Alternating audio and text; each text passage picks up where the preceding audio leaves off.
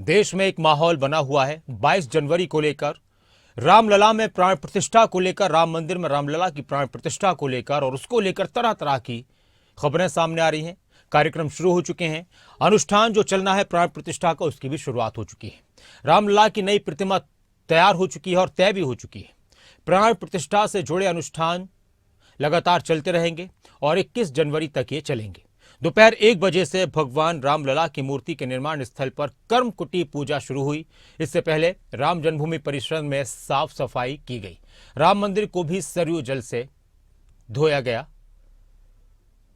तो साफ सफाई, इसके अलावा और भी कार्यक्रम, प्राण प्रतिष्ठा के लिए जो अनुष्ठान होने हैं वो उसकी अब शुरुआत हो चुकी है। तैयारियां और जोर शोर से आगे बढ़ रही हैं।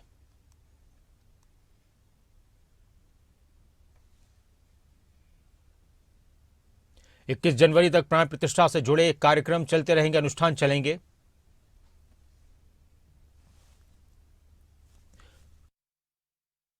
अयोध्या से हमारे संवाददाता आकाश यादव जुड़ चुके हैं। किस तरह का माहौल है अयोध्या नगरी में, सीधे उनसे बात करेंगे। आकाश, रामलला के आने का इंतजार किया जा रहा है, प्राण प्रतिष्ठा की तैयारियां जोर शोर से चल रही हैं। अयोध्या में क्या माहौल है इस वक्त?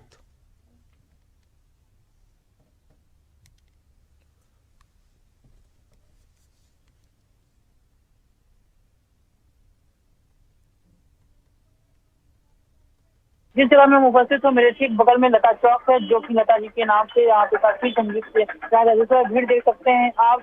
यहाँ पे लगातार रंगोली का उत्सव किया जा रहा है तो और लोगों के जय श्री राम के नारे लग रहे हैं। दूसरी ओर अगर मैं दिखाना चाहूँ तो ये वो कुछ कर सकते हैं जो राममय के त्रेता युग में देखा सकता है। सूर्य दिखाई पड़ रहा है, जय श्री राम के खंभे दिखाई पड़ रहे हैं, अलग अलग चीजें दिखाई पड़ रही, तो कह सकते हैं अयोध्या का माहौल पूरी तरह राममय हो चुका है। आज से जो कार्यक्रम थे वो भी शुरू हो चुके हैं। 16 तारीख 17 तारीख लगातार 21 तारीख तक के पूजा चलती रहेगी और प्रतिष्ठा के लिए तैयारियां भी नाजुक होती रहेगी। बड़ी बात यह है कि इस प्रकार से एक लंबा संघर्ष रहा है, आज वो संघर्ष खत्म होते हुए दिखाई पड़ रहा है। लोगों के बीच में उत्साह है। इसके साथ साथ लोगों से जब बातचीत की जा रही है तो वो सैकड़ों किलोमीटर चल के अयोध्या पहुंच रहे हैं। साइकिल से आ रहा है, कोई पैदल आ रहा है।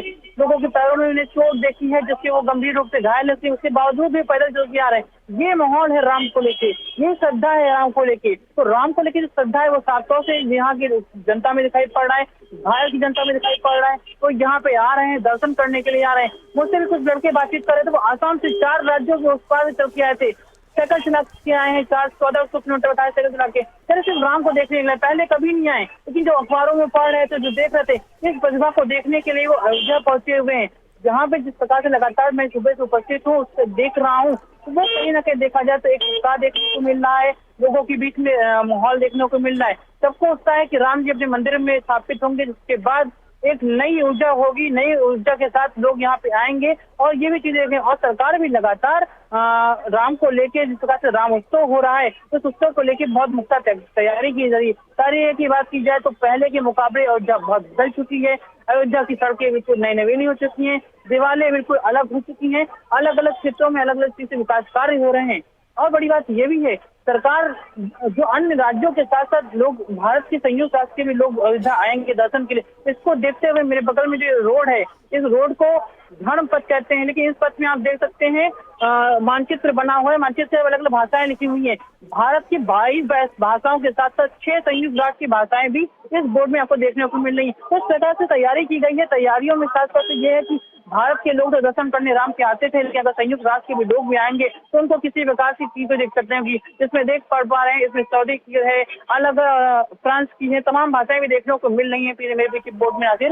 तो इस तरह की तैयारियां अयोध्या में है। और जो वॉल की बात की तो वॉल में दिखाना चाहूंगा, बगल में देख सकते हैं शिलापट बनाया गया, इसमें हनुमान जी, पवन सुत हनुमान जो है वो आसमान में है। इस तरह के इस रोड में लगातार अलग अलग वॉल अभी तैयारियां हो रही, साज सज्जा की जा रही, बनाई जा रही है, जो अलग अलग तरीकों से अलग अलग त्रेता युग में हुए जो भी चीजें थी उनको प्रस्तुति की जा रही है। नासिर, बिल्कुल, त्रेता युग में जिस तरह का माहौल हुआ करता था वो तस्वीर, वो भव्यता देने की कोशिश अयोध्या के लिए हुई है।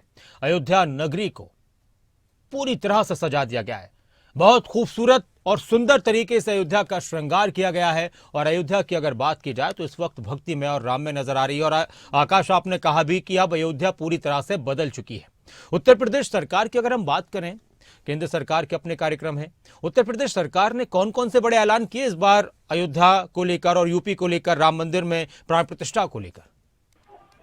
देखिए, उत्तर प्रदेश सरकार की बात की जाए, उत्तर प्रदेश सरकार के साथ केंद्र सरकार की बात करनी पड़ेगी। अयोध्या में करीबन 85,000 करोड़ की विकास योजनाएं के कार्य की जा रही हैं।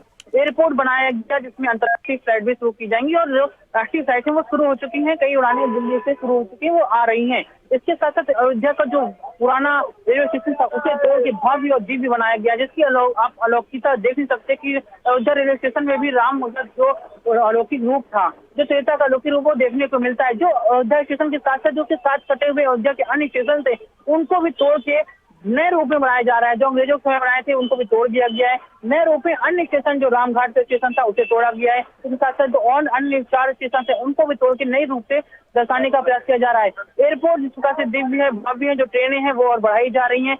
इसके साथ साथ बड़ी बात यह है कि जो उत्तर प्रदेश सरकार है वो नगर निगम से लेके तमाम चीजों की योजनाओं के लेके विकास कार्यों के लेके लगातार एक्टिव है। आज भी मैं यहाँ जब पहुंचा तो उत्तर प्रदेश के मुख्य सचिव दुर्गा शंकर जी बैठक कर रहे थे।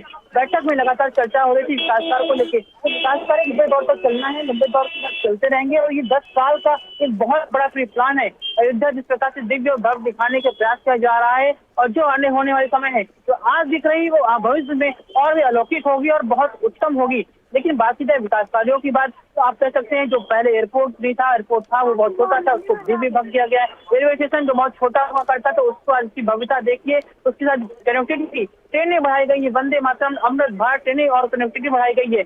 लोगों को आने में कोई दिक्कत ना हो इसके लिए रोडों को सही किया जा रहा है। 4 लेन से 6 लेन आए जा रहे हैं। तो जो सरकार का विकास कार्य है उसकी जो विकास कार्य की गति है वो बहुत तेजी से बढ़ चुकी है।